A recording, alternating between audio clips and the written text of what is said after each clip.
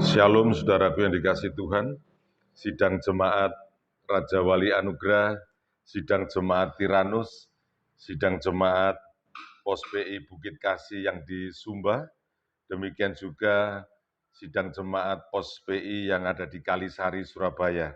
Kiranya Tuhan menolong, Tuhan memberkati kita pada pagi hari ini, kasih dan kemurahan Tuhan sudah dinyatakan dalam kehidupan kita sehari-hari.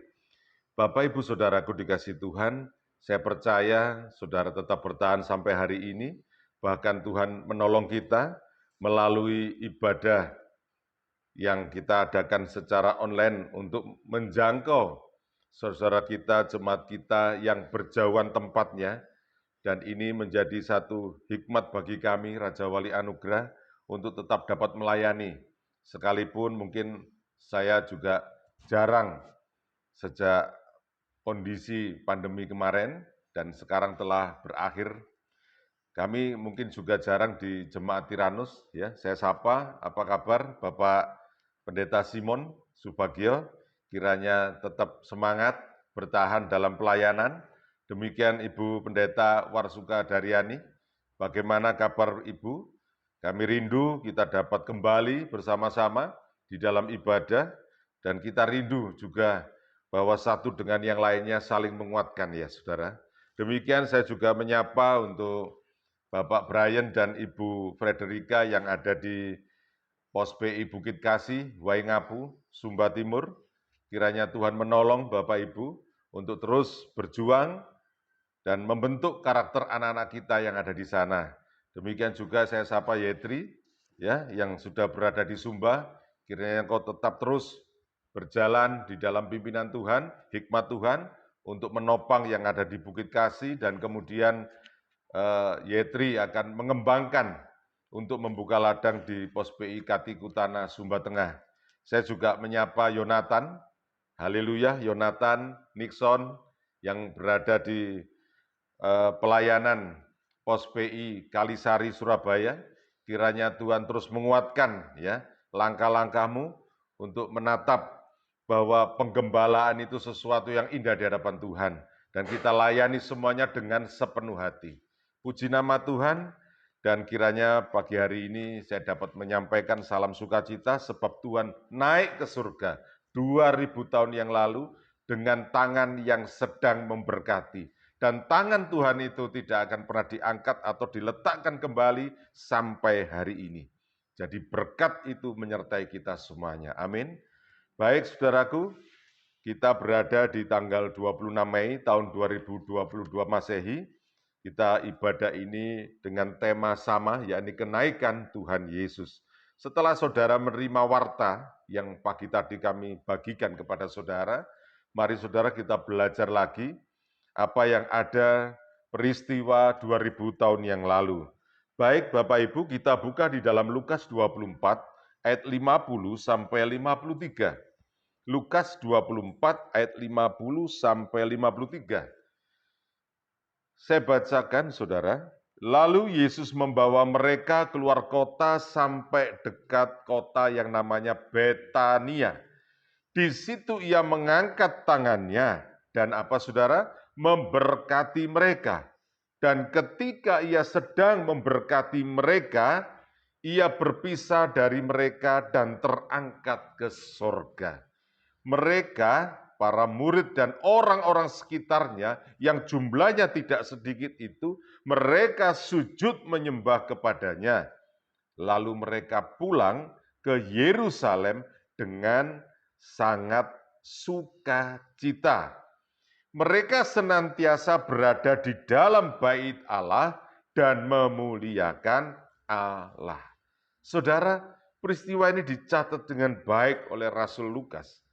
Dia menyatakan bahwa posisi kedua tangan daripada Tuhan Yesus saat meninggalkan kita semuanya itu dalam keadaan memberkati kita.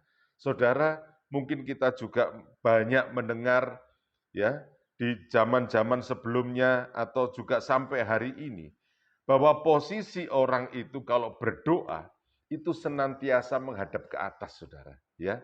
Dan mereka menyembah itu pasti secara pemikiran bahwa mereka itu mempermuliakan Tuhan yang mereka sembah. Terlepas dari Tuhannya benar atau salah. Entah itu dewa-dewa atau dewi-dewi yang disembah, semua mengarahkan pandangannya bahwa manusia ini tidak seberapa, tetapi yang disembah itu posisinya berada di atas mereka yang lebih tinggi. Oleh sebab itu, posisi ini sangat menentukan. Karena posisi sikap hati di dalam berdoa pun juga menentukan sampai mereka sujud menyembahnya. Bukan berarti kalau kita sujud menyembah menghadap ke bumi atau menghadap ke tanah ini, menghadap ke lantai, kita menyembah lantai, tidak. Tetapi itu cara kita untuk meninggikan nama Tuhan. Dan kita benar-benar secara fisik kita tunduk di hadapannya. Saudara, yang berikutnya, kenapa mereka sujud menyembah dan pulang itu dikatakan sangat bersukacita?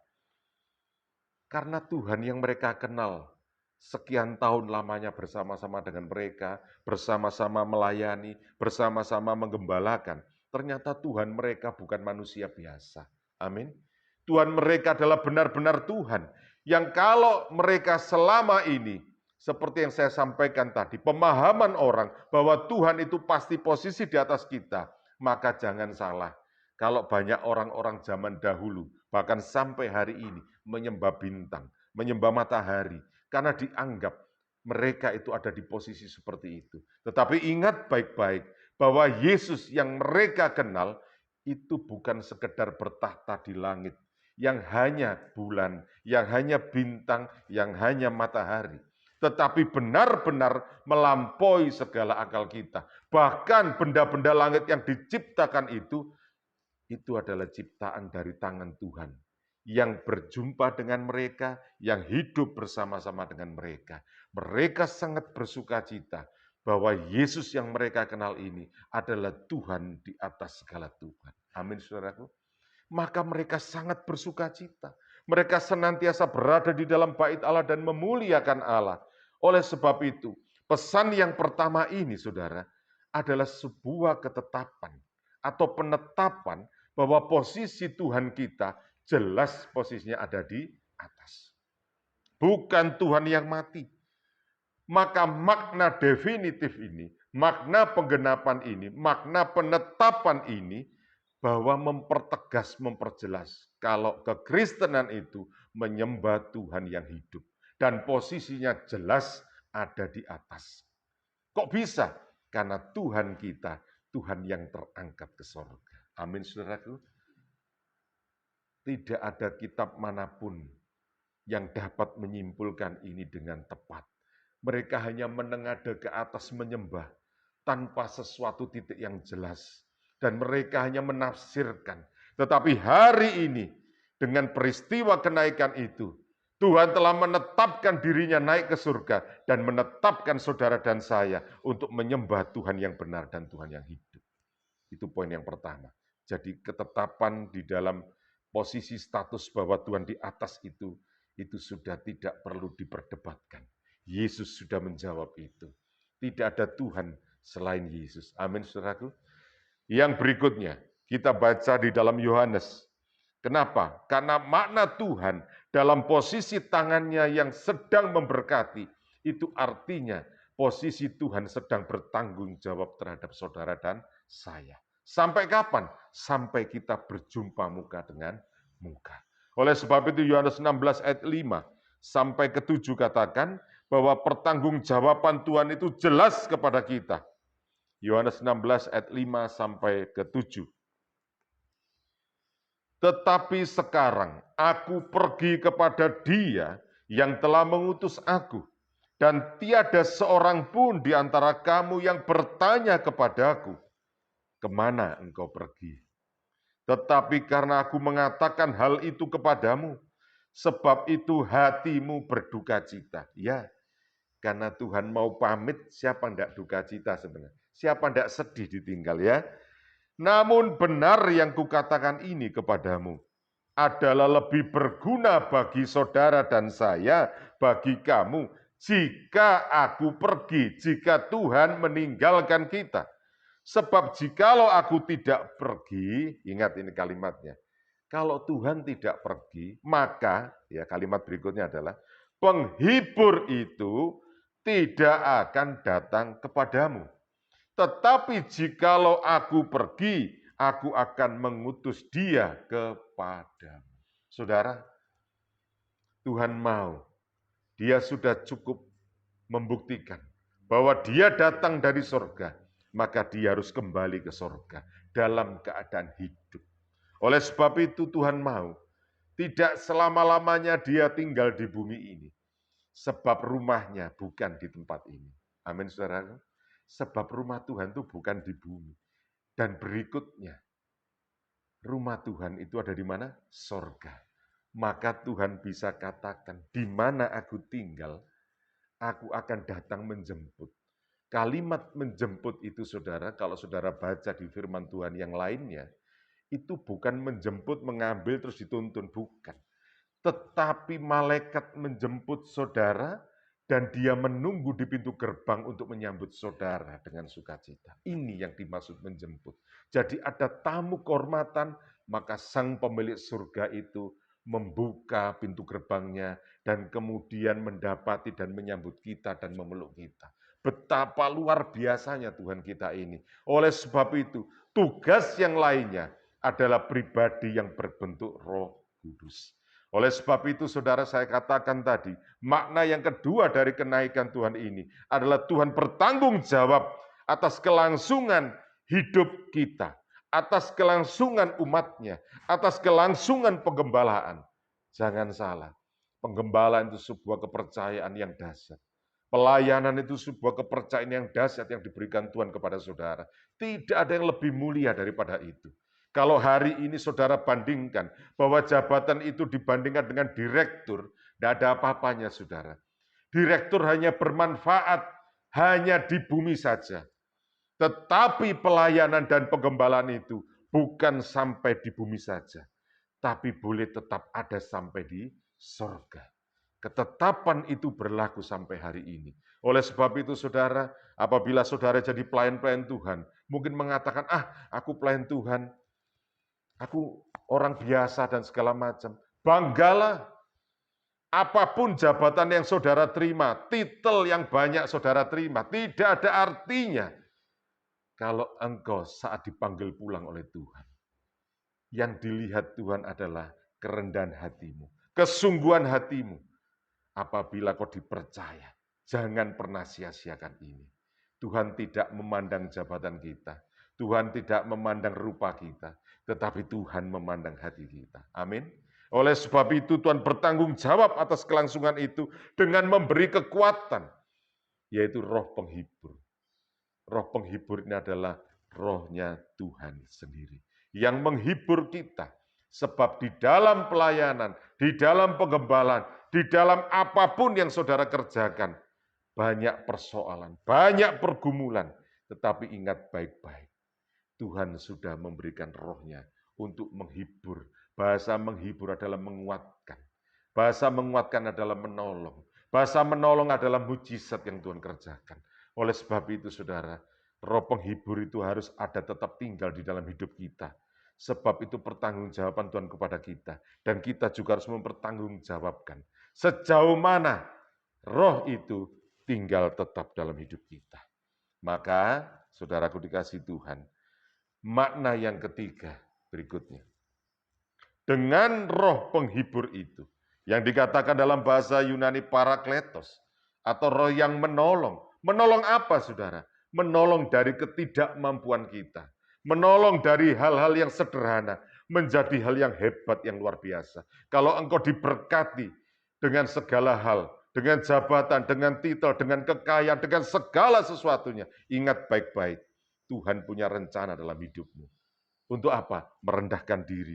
Dan biarlah Tuhan yang memimpin. Sebab kita adalah tubuh Kristus. Dengan naiknya posisi Tuhan di sorga, menggantikan posisi kepala dia dalam kehidupan kita. Dalam Galatia 5 ayat 16, kita buka, saudara. Kita harus mau dipimpin oleh kepala kita, yaitu Roh Kudus, yaitu Tuhan Yesus, yaitu Allah Bapa kita. Ya, supaya apa? Supaya kehidupan parakletos itu tinggal tetap di dalam tubuh jasmani ini untuk membangun tubuh rohani.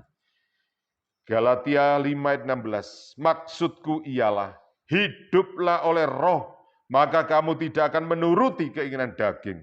Oleh sebab itu saudara, hari ini kita perlu memang makan sehari-hari, kita perlu bekerja sehari-hari, itu semua perlu.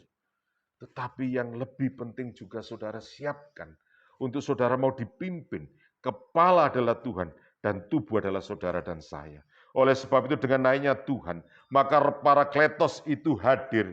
Itulah yang memimpin di dalam hidup kita, di dalam pelayanan kita, di dalam hidup di tengah-tengah masyarakat. Agar kita berlaku sebagai bagian tubuh rohaninya. Karena Yesus adalah kepala kita. Kaitannya dengan makna yang pertama. Tuhan ada di atas dan para murid sujud. Itu artinya posisi kepala sudah mulai menggembalakan.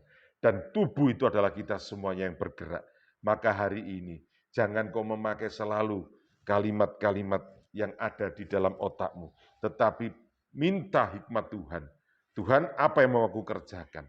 Ya, jangan semaunya sendiri. Penggembalaan di Tiranus, penggembalaan yang di Bukit Kasih, Waingapu, Sumba Timur, penggembalaan yang ada di Kalisari, Surabaya, penggembalaan yang nantinya di Katikutana, Sumba Tengah. Saya rindu, engkau tidak harus memakai pola pikirmu sendiri, tetapi pakailah kepalanya Tuhan. Beri kesempatan Tuhan memimpin dengan hikmat-Mu. Kecakapanmu, kepandaianmu diperlukan dalam pelayanan, bukan untuk gagah kita, tetapi untuk hormat kemuliaan nama Tuhan. Oleh sebab itu hiduplah oleh roh, maka kamu tidak menuruti keinginan daging. Saya tutup di dalam Galatia 5, ayat 25 sampai 26. Kita lompat sedikit, Galatia 5 ayat 25 sampai 26. Apa yang terjadi dengan kenaikan Tuhan Yesus ini? Jikalau kita hidup oleh roh, baiklah hidup kita juga dipimpin oleh roh. Dan janganlah kita gila hormat. Kenapa kita harus bersikap demikian? Karena apa yang Tuhan sudah percayakan dalam kehidupan kita, jabatan saudara, kekayaan saudara, ya, apa yang saudara punya, atribut saudara, itu sampah di hadapan Tuhan. Kalau engkau tidak memakai hikmat Tuhan. Oleh sebab itu kita lihat dampaknya, buah-buahnya di dalam Galatia. Kalau engkau mau dipimpin oleh Tuhan, maka buah yang keluar adalah luar biasa. Maka pekerjaan Tuhan di dalam ladangmu hebat dan dahsyat. Maka pekerjaan Tuhan, perintisan di Kalisari akan dahsyat bersama dengan Tuhan. Maka perintisan yang di Bukit Kasih akan dahsyat bersama dengan Tuhan. Kalau perintisan di Katikutana juga akan dahsyat karena bersama dengan Tuhan. Maka Raja Wali Anugerah, Tiranus, harus lebih dahsyat dari semuanya itu. Karena kita mau dipimpin oleh Tuhan. Puji nama Tuhan. Kiranya Tuhan memberkati saudara. Salam dari kami semuanya di dalam penggembalaan saudara masing-masing. Haleluya. Tuhan memberkati.